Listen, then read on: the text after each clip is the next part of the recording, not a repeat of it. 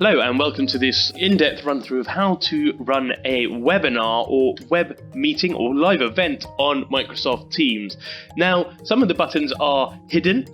Just watch carefully and I'll try and explain it the best that I can. So, over here on our pane, we have got calendar. Click on your calendar.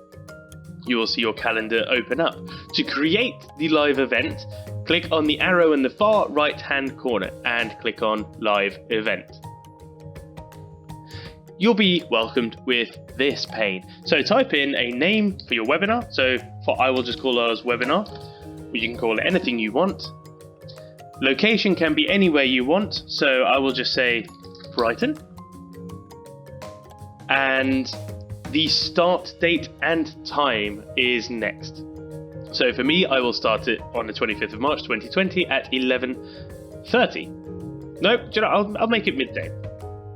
And your end date can be anywhere from now until 23.5 hours away. I always suggest give yourself around about an hour to an hour and a half. So 1 or 1:30, I will make sure that ours is an hour and put some details in. So a nice description of what this is going to be about, just so that my colleagues know this is just a test. And I can now invite presenters. So whoever's going to be presenting, you can invite them here. So I will put marketing as our presenter and I will keep myself as a producer. Just a note, you need both a presenter and a producer to go ahead with a live event. Now, once you're happy with that all of these have been filled out, click Next. Next up, you have got your live event permission. So this is how you want people to view it. Do you want to add specific people and groups? If you do, then make sure this box is highlighted. You can give permission to specific people by typing their name in here, or groups. If you want it to be company-wide, make sure the middle box, this one, is highlighted. This will mean that everyone in your company can watch it, they just need to sign in. If you want it to be public and get a link to watch the live event from outside your organization or your company, then make sure this is highlighted. For the purpose of this video, I will make this highlighted. Next up, we will have how we will produce your live event.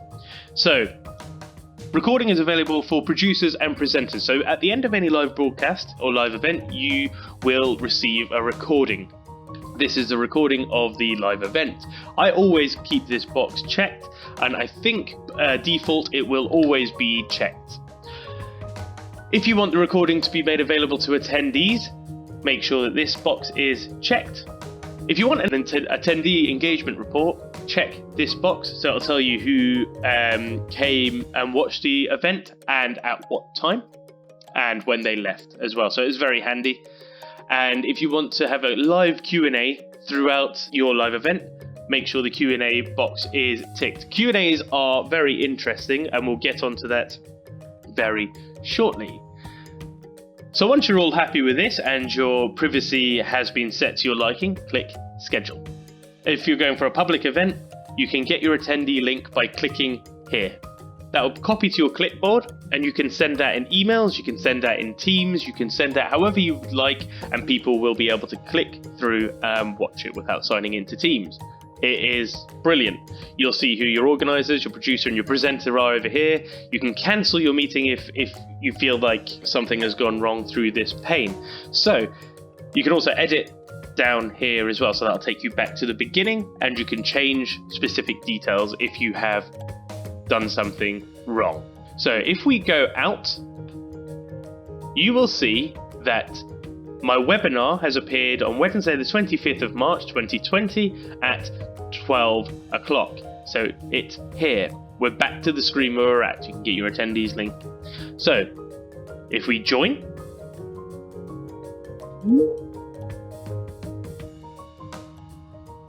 you will see this screen. To share your current screen, click the share button. Unfortunately, I won't be able to click the share button because if I do, my screen recording will stop. Up here, you have got your device settings. If you click this little cog, you've got your audio settings. So how you're hearing the audio through my headphones. I've got the Realtek R audio. Again, speakers, that'll be through my headphones, volume's fully up, and the microphone will be my microphone attached to my headsets. If I wanted to add more attendees, I can type their name in here and it'll come in a drop down box, as you can see here. Or if they are late to the live event, you can call them and it will force them to join. It's a very good feature just in case someone's late, and once they're in, you will see their name pop up down here next to mine. Next up, we've got the meeting chat. So if I type in something here, the presenters and other producers will be able to see exactly what I'm typing. It comes in very handy for cues, for people to start speaking, and just general chat between presenters and producers. Your audience will not be able to see this. Meeting notes also come in very handy, so you can take notes with what people have said. You can also put your notes in just to prompt you, just in case as a presenter or a producer you have forgotten what has been said.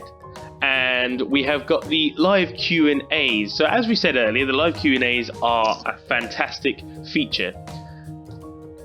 Your audience or your attendees will be able to make an announcement. So they will type in something down here. I will just type in Q&A. If I press send, it will have published a Q&A here. If someone does send a question, someone will need to moderate it. So it will appear in this new folder, and you can then publish it, and it will appear in the published section here, so that everyone else can see the question. Next up, you've got this health and performance. You can see your estimated bandwidth, so you want this to be as high as possible, because otherwise the broadcast or the live event won't be up to pristine standards.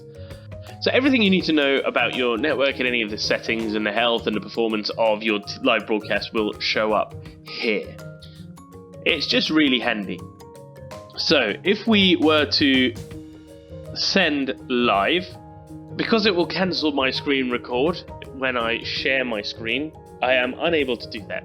There are a few things that I will run through you.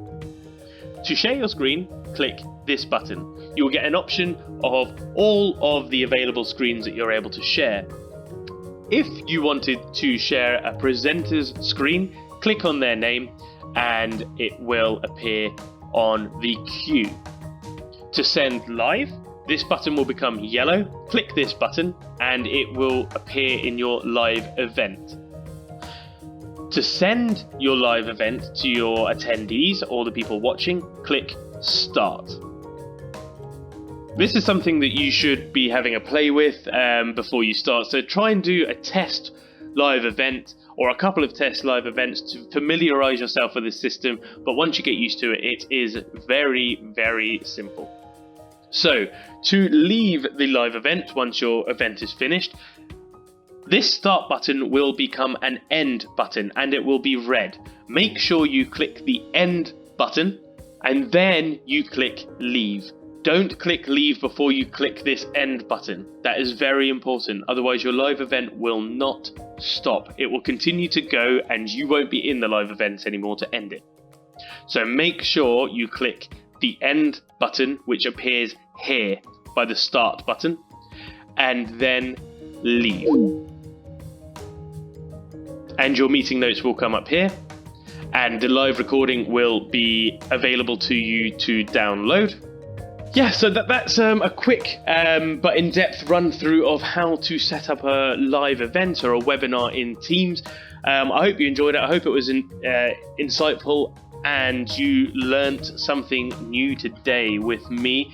If there's anything else that you would like to see about Teams, if you'd like me to teach you anything more, don't hesitate to send me a comment down below, and I will do my best to teach you exactly the ins and the outs of Teams in detail. But thank you so much for joining me today, and have a pleasant rest of your day. Thank you so much, and goodbye.